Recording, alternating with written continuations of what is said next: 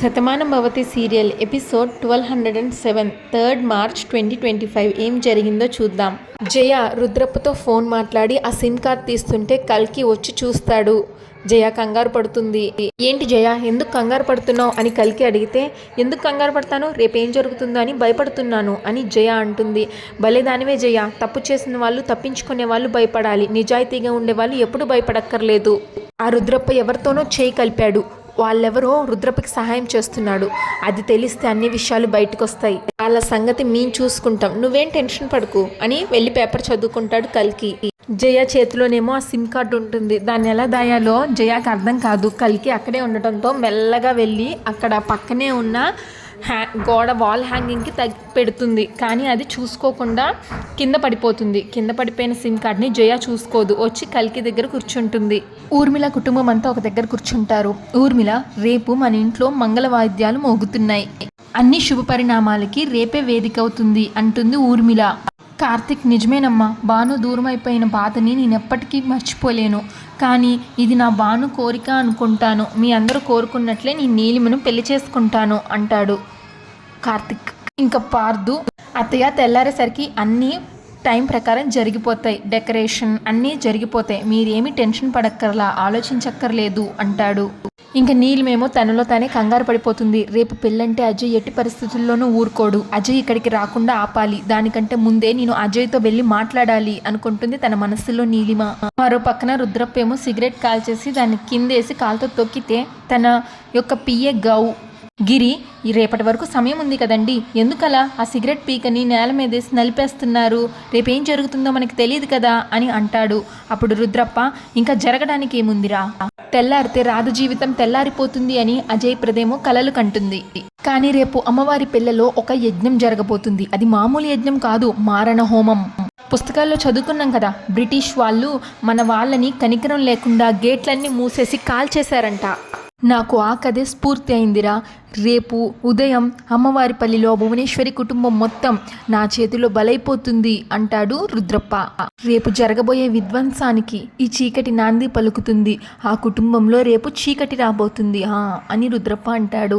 మరో పక్కన భువనేశ్వరి మురారితో ఇలా అంటుంది, కిట్టయ్య, ఇన్ని రోజులు రాధని కంటికి రెప్పలాగా కాపాడుకున్నాం, కానీ తన డెలివరీ సమయం వచ్చింది, డెలివరీ సమయంలో ఒక ఆడదానికి ఎంతటి ప్రమాదం ఉంటుందో మనందరికీ తెలుసు, అందుకే రాధని చాలా జాగ్రత్తగా కాపాడుకోవాలి, ఎక్కడ ఎలాంటి ఇబ్బంది లేకుండా రేపు ఉదయం తనని హాస్పిటల్కి తీసుకెళ్ళాలి, నువ్వు అన్ని ఏర్పాట్లు చేశావా అని భువనేశ్వరి అడిగితే, మురారి, చేశానమ్మా, రేపటి కోసం నేను ఎప్పటి నుంచో ఎదురు చూస్తున్నాను, ఎందుకంటే నా రాధకి గతం గుర్తొచ్చేది రేపే, డాక్టర్ చెప్పినట్టు పురుడు పోసుకునే సమయంలోనే తనకి గతం గుర్తొస్తే అప్పుడే కదా నేను తనని ప్రేమించిన ప్రేమ గురించి తెలుస్తుంది, నా రాధ నాది అవుతుంది, అందుకే రేపటి గురించి నేను కూడా ఎదురు చూస్తున్నాను అని మురారి అంటాడు.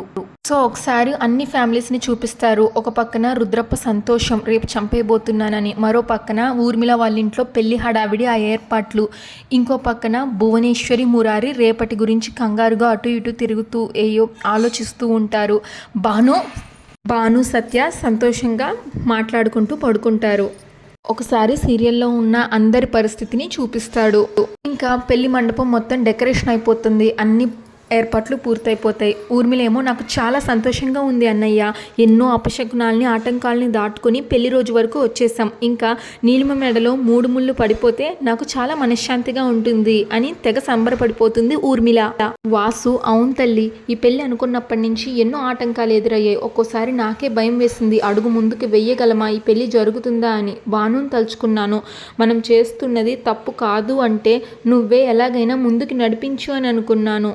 మను, చివరికి మనం అనుకున్న రోజు వచ్చేసింది, కళ్యాణ గడియ వచ్చేసింది, ఏ శుభకార్యం జరగాలని గురువు గారు చెప్పారో ఆ శుభకార్యం కొన్ని గంటల్లో జరగబోతుంది అని సంతోషపడిపోతాడు వాసు.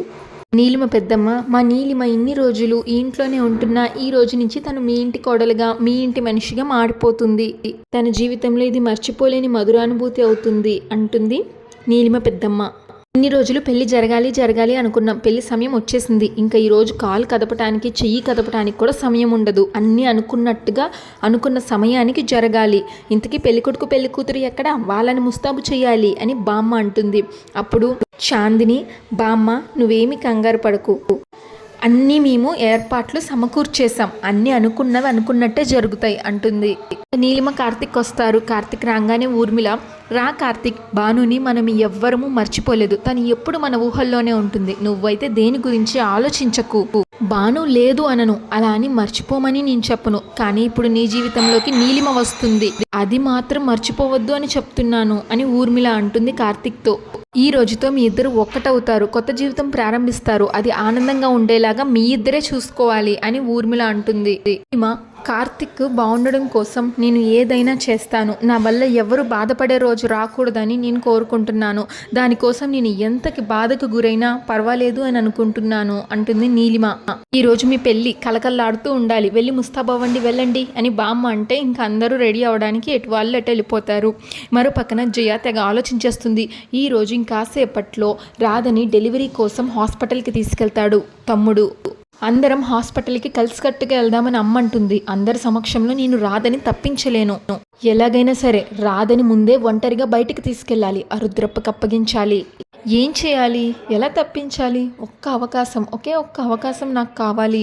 ఇంకా భువనేశ్వరి సత్య సత్య అని పిలుస్తుంది. ఏంటమ్మమ్మ అని సత్య అంటే, మీ మావయ్య ఏడి, ఇందాక నుంచి కనిపించడం లేదు అంటే, అప్పుడు సత్య, ఇందాక నువ్వు పూజ చేసుకుంటే డిస్టర్బ్ చేయడం ఎందుకు అని చెప్పలేదు, భార్గవిని ఆదిత్యాన్ని తీసుకురావడానికి వెళ్ళాడు, రాధని హాస్పిటల్కి తీసుకెళ్ళాలి కదా అంటుంది సత్య. అది చెప్దామనే కిట్టయ్య కోసం చూస్తున్నా, వెళ్ళాడు కదా వచ్చేస్తాడులే అని వెళ్ళిపోతుంది భువనేశ్వరి రూమ్లోకి. భువనేశ్వరి వెళ్తూ అన్నట్టు హాస్పిటల్లో మనం కొన్ని రోజులు ఉండాలి కాబట్టి ఏమేం కావాలో అన్నీ నువ్వే రెడీ చేసి పెట్టు, మిగిలిన విషయాలు నేను చూస్తాను అంటుంది భువనేశ్వరి. సరే అన్నట్లు తలూపుతుంది సత్య. అవును మీ నాన్న ఎక్కడా అని భువనేశ్వరి అడిగితే, నాన్న కారులో పెట్రోల్ ఫిల్ చేయించడానికి వెళ్ళారమ్మా అంటుంది సత్య. సరే మంచిది అని వెళ్ళిపోతుంది భువనేశ్వరి రూమ్లోకి. సత్య భువనేశ్వరి మాటలు గమనించిన జయ, మంచి అవకాశం దొరికింది, అమ్మ తన పనిలో ఉంది, సత్యానేమో బ్యాగులు సర్దుతుంది, ఇంకా మురారి మా వారు ఇంట్లో లేరు, ఎవరి పని మీద వాళ్ళు బయటికి వెళ్ళారు, రాధని ఆ గీత దాటించేస్తే దాని తలరాత మారిపోతుంది అనుకుంటుంది మనసులో జయ. భాను బ్యాగ్లో టవల్స్ ఇంకా బట్టలు అన్నీ సర్దుకుంటుంది హాస్పిటల్కి వెళ్ళడం కోసం.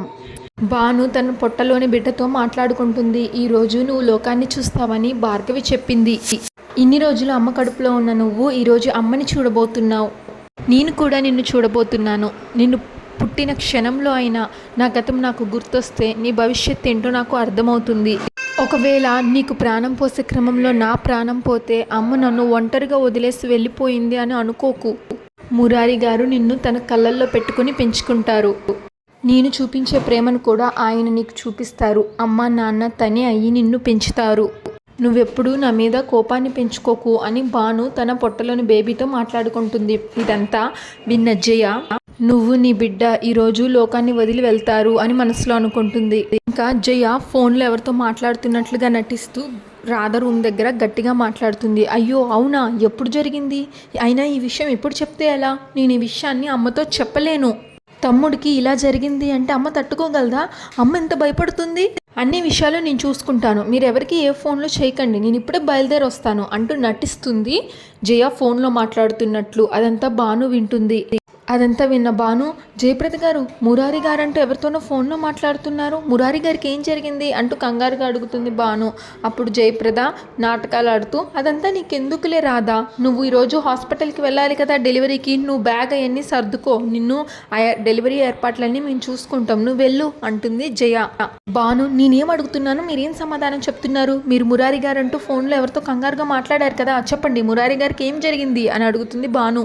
జయప్రద, ఏం చెప్పమంటావు, భార్గవి దగ్గరికి మురారి వెళ్తున్నప్పుడు పాము కాటేసిందంట, ఒళ్ళంతా విషమెక్కిందంట, వాడి పరిస్థితి ఏంటి అని ఇప్పుడు అందరూ కంగారు పడుతున్నారు అంటుంది జయ.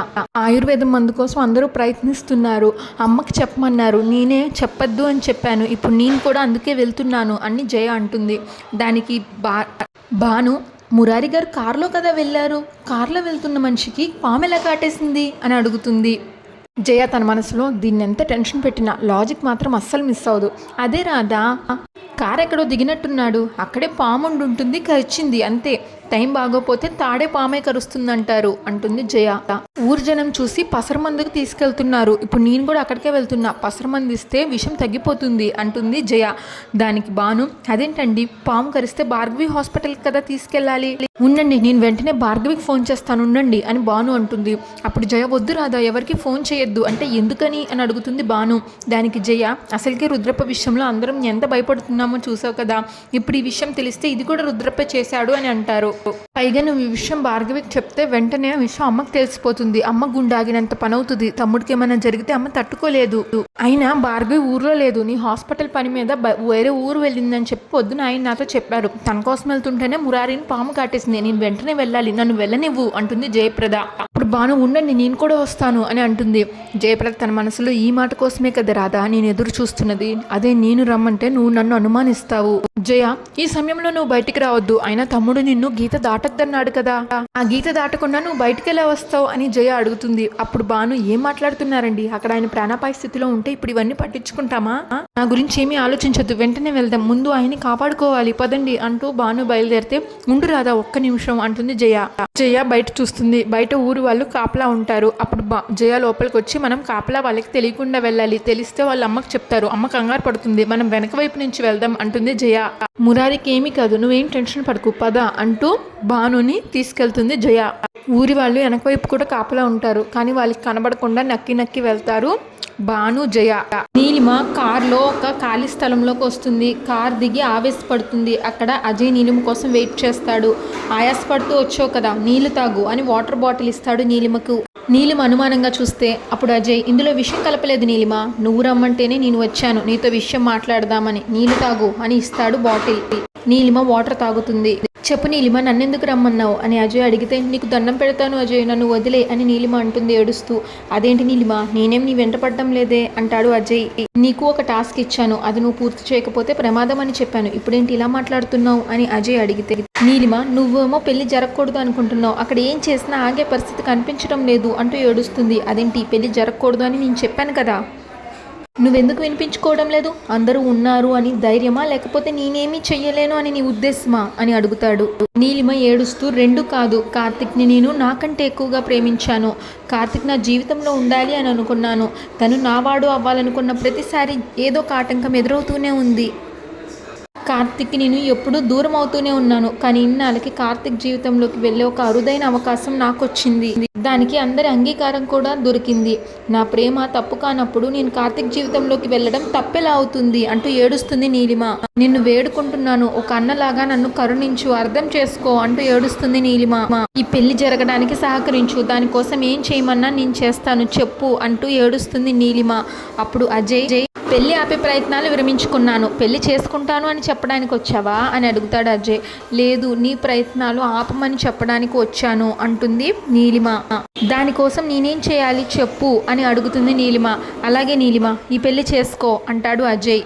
నేను నీ జోలికి రాను అని అజయ్ అంటే అప్పుడు నీలిమ నిజంగా నువ్వు మనస్ఫూర్తిగా నీ మాట చెప్తున్నావా అని అడుగుతుంది.